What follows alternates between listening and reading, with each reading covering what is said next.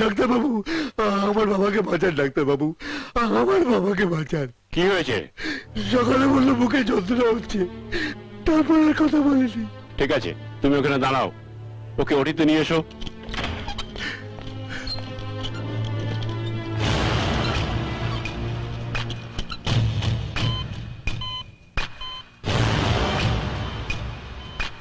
এ তো অনেকক্ষণ আগে মারা গেছে, বডি ডিকম্পোজ হতে শুরু করেছে। সে পেজান, এখনো কয়েক ঘন্টা একে বাঁচিয়ে রাখতে হবে। মানে?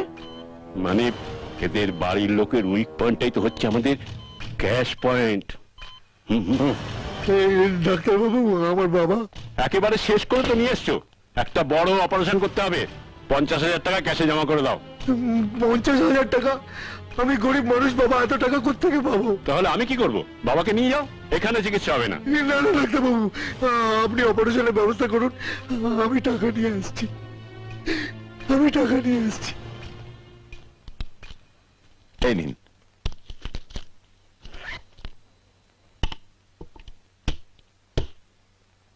স্যার, 50,000 টাকার রিসিপ্ট, সরকারি শিলমোহর দিয়ে।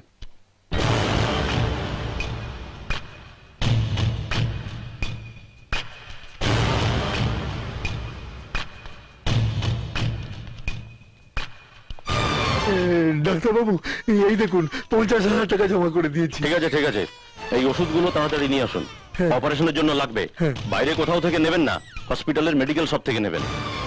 আচ্ছা ডাক্তারবাবু। ঠিক আছে। কত হলো? 10,570 টাকা।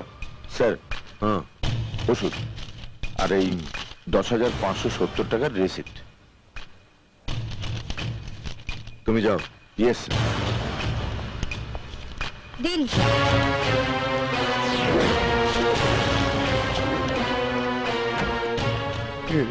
ডাক্তারবাবু, আমার বাবা।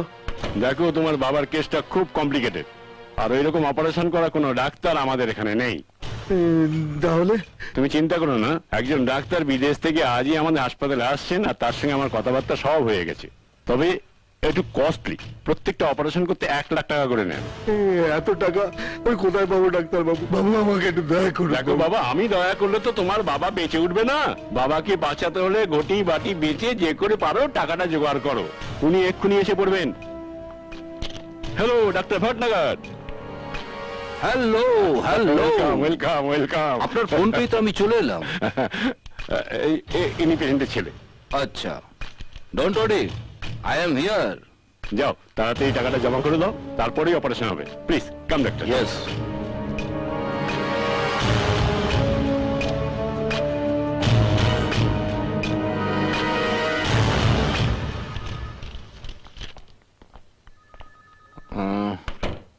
I am sorry my son, তোমার বাবা অপারেশন টেবিলেই মারা গেছে। উনি অপারেশন টেবিলে মারা যাননি, উনি মারা গেছেন কাল রাতে। এই হসপিটাল থেকে ইস্যু করা ডেথ সার্টিফিকেট।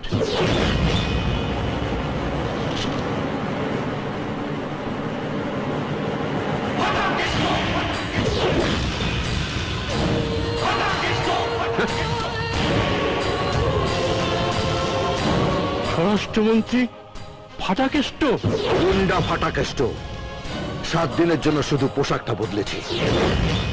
একজন মরা মানুষকে অপারেশনের টেবিলে শুইয়ে অনেক ব্যবসা করেছেন, এবার আপনাদের সবাইকে অপারেশন টেবিলে শুইয়ে বৃন্দাবনে পাঠাবো। স্যার। চল স্যার। চল। মারবেন না স্যার।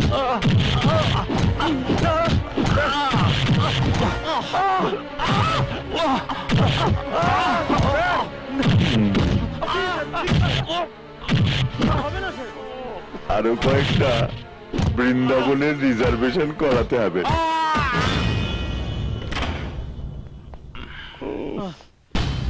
1 2, আরেকটা কি হলো? এই তো 3। তো অপারেশন সাকসেসফুল? হ্যাঁ, সাকসেসফুল। মানুষ ডাক্তারকে ভগবানের মতো বিশ্বাস করে, কেননা ভগবান ছাড়া মানুষকে যদি কেউ বাঁচাতে পারে সেটা ডাক্তার। আর আপনারা আপনারা তাদের ওই দুর্বলতাটাকে কাজে লাগিয়ে তাদের ভিখিরি বানাচ্ছেন। আর যখন মানুষ হসপিটাল থেকে বাইরে যায়, তাদের কাঁধে থাকে আত্মীয় স্বজনের মৃতদেহ আর হাতে ভিক্ষার ঝুলি।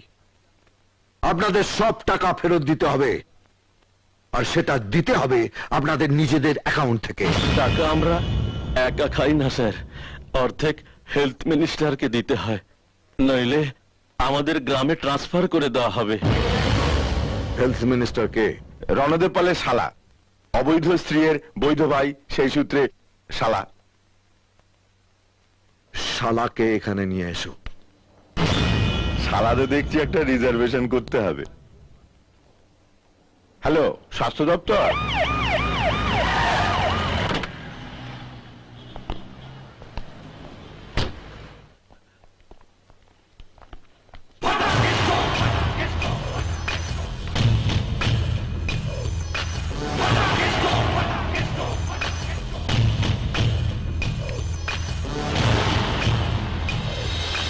স্বাস্থ্য দপ্তরের কাজে স্বরাষ্ট্রমন্ত্রীর নাক গলানোটা ভালো দেখায় না। ডাক্তারদের টাকার হিস্সায় নাক গলাতে যদি আপনার ভালো লেগে থাকে, তাহলে রুগীদের স্বার্থে আপনার দপ্তরে নাক গলাতে আমার ভালো লাগবে না কেন? আমার নাক তো আপনার নাকের চেয়ে বেশি ভোঁতা নয়। কি চাও? হিস্সা? মুয়া! এই জন্যই আপনাকে আমার এত ভালো লাগে। হাঁ করেছি আর আপনি বুঝতে পেরে গেছেন। কত? 20 লাখ। শালা 10,000 গুন্ডার ডিমান্ড 20 লাখ? এই ফুল স্টপ, এখানেই ফুল স্টপ। খাতায় নাম উঠে গেছে। সালা মারবো এখানে, লাশ পড়বে শ্মশানে। গাছতলা থেকে মগডালে উঠেছি, তাই রেটটা মগডালের মতো হয়ে গেছে। আর টাকাটা যদি না দিই? কি আর হবে? হসপিটালের দেওয়া এই ডেথ সার্টিফিকেট আর মরা মানুষের চিকিৎসার জন্য ওষুধের বিল, এটা সিবিআই কে দিয়ে দেবো, ওরা খেলে দেবে। টাকাটা দিয়ে দাও। শালা বাবু,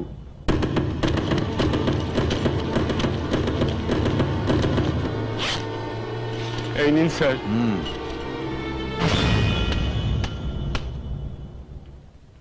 এবার থেকে যদি রুগীদের কাছ থেকে 1 টাকাও বাড়তি নাও, তাহলে আজকের মাঠটা যেন মনে থাকে। পরের মাঠটা হবে একদম অন্যরকম। 104 ডিগ্রি। প্রথমে কাঁপুনি, তারপর ঝাঁকুনি, পরের তার বললাম না। আমি এমএলএ ফাটা কেষ্ট, আমি এমএলএ ফাটা কেষ্ট, বুঝলে?